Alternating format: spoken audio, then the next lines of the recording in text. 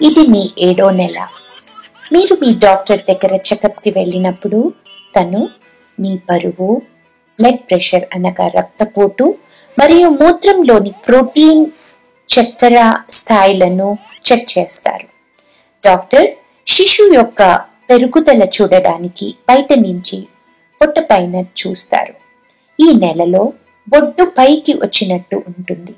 భయపడకండి, ఇది కొన్ని మహిళల్లో ఈ నెలలో ఇలానే కనిపిస్తుంది.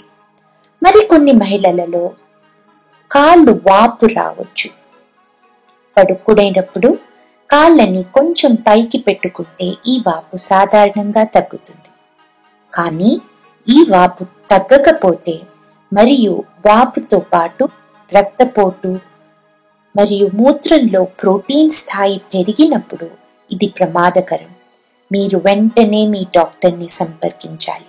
మీరు ఈ నెలలో మీ బిడ్డ పెరుగుదలపై గర్వం పడవచ్చు. అతను లేక ఆమె వేగంగా పెరుగుతోంది.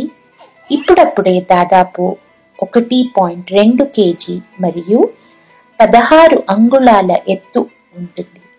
శిశువు యొక్క ఊపిరితిత్తులు అభివృద్ధి అయి శిశువు తన ముక్కుతో శ్వాస తీసుకోవడానికి ప్రయత్నిస్తోంది. ఇప్పుడు వరకు మూసి ఉన్న శిశువు యొక్క కళ్ళు ఇప్పుడు మెల్లగా తెరవడానికి ప్రయత్నిస్తోంది మరియు కాంతిని తన కళ్ళు ద్వారా గుర్తించడానికి ప్రయత్నిస్తోంది.